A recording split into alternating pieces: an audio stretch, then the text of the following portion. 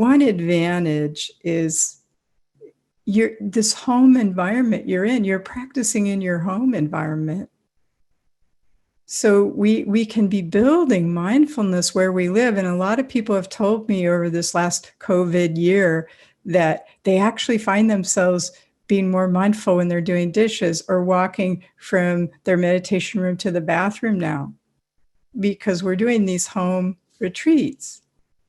So there's this great advantage. So really use it in this way. And I call it life meditation. So even when we have the walking periods, if you want to walk, great, and that's, generally what we do. But if you have to do the dishes or pull some laundry out, let's have that be life meditation and do it with connectivity and awareness. If you go make yourself a piece of toast during the walking, it's life meditation.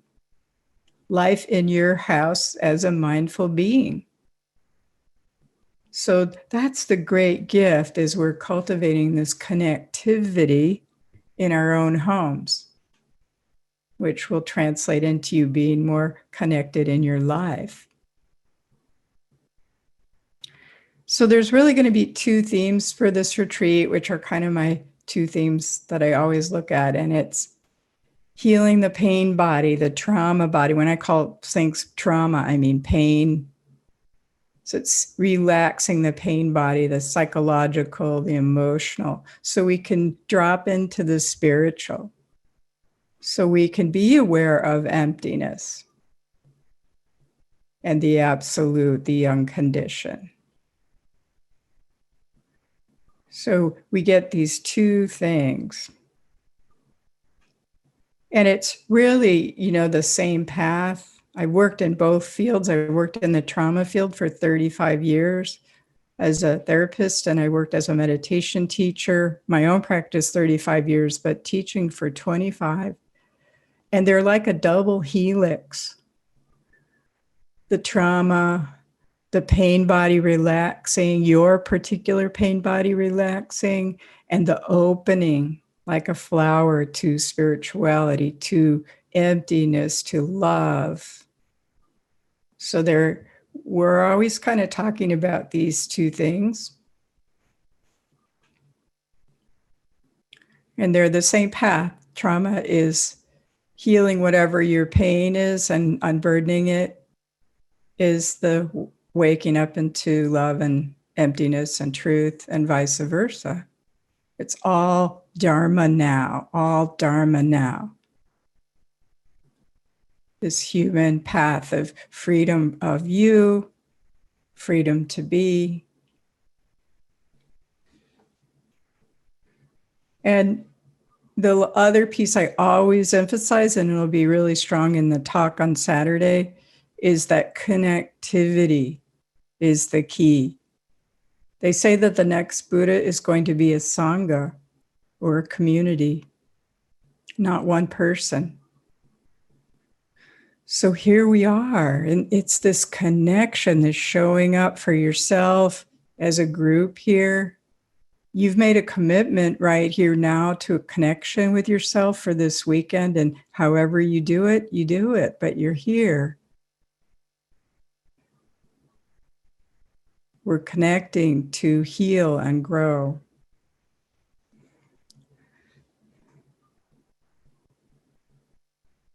And as part of that connectivity, I really encourage people to relax, relax, relax.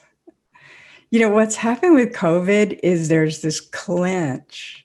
You guys probably have all noticed it.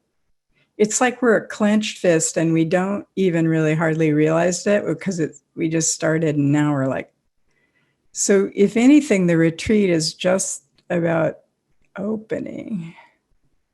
And then we're just, and that's what we're trying to do with opening up after this pandemic. So just learning to relax this retreat, if that's all you do, relax and re-relax. That'll be huge for this time of world reorganization and you reorganizing as well inside. And let the retreat hold you. What's really great is we have this great Sangha, the next Buddha as a Sangha. And we've got Karen, who's like Mother Meta Bear, who's just like got your back with all this loving kindness. And we've got Susan, who's holding the, like Dad, holding all the technical pieces. So most of us, a lot of us have never been really fully supported in your life. So what if you just relax back into this easy chair of this retreat, and whatever happens, happens. I don't care. But if anything, you relax and feel the support of this community holding you for the next 3 days. Mama Bear, Karen, Father Susan, me, whatever I am, the man behind the curtain, the Wizard of Oz. And we're just, it's all okay. You can breathe. It's safe now. You let yourself feel that support. We have your back. It's safe. Safe just to be you. So unclenching. A little bit, if you feel like it. You don't have to. So a couple of things to do as far as unclenching. So there's relaxing your body, and I'll give you a bunch of tools around that tomorrow. Be still, like letting a pond settle, resting in your center, and zeroing out your mind. So there's relaxing, the being still is like a pond, like our minds are like a pond that's been stirred up. So in a way, a retreat, if you just let yourself settle, like let the quiet and let the fact that you're just making this commitment, and things will settle like a pond.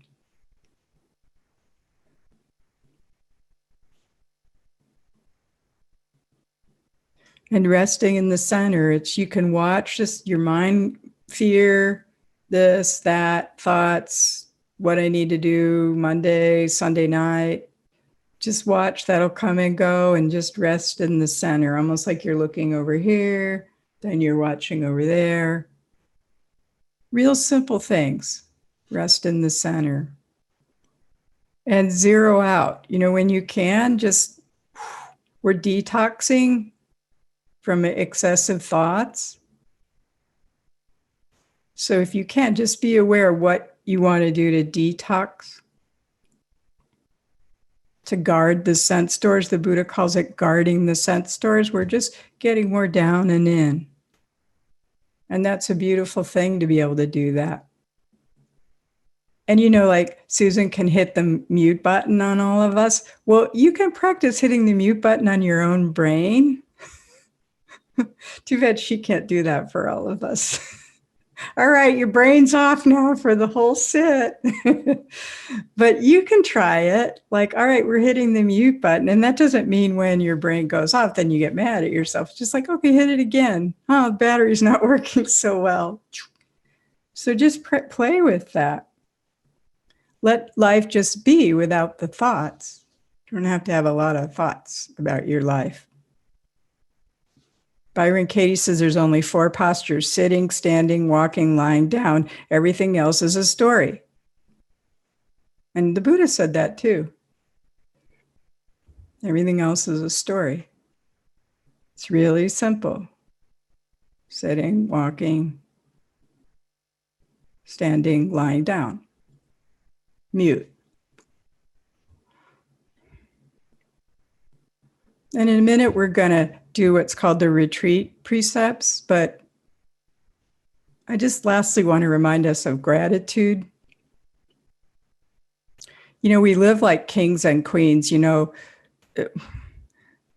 many centuries ago, kings and queens, the richest people in the land, did not live as well as we do now. They didn't have running water. They didn't have electricity.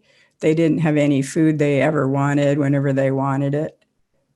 So really take into account, and I know that's brought hardship to our earth because we have that. But the truth is, here now for this retreat, we live like kings and queens.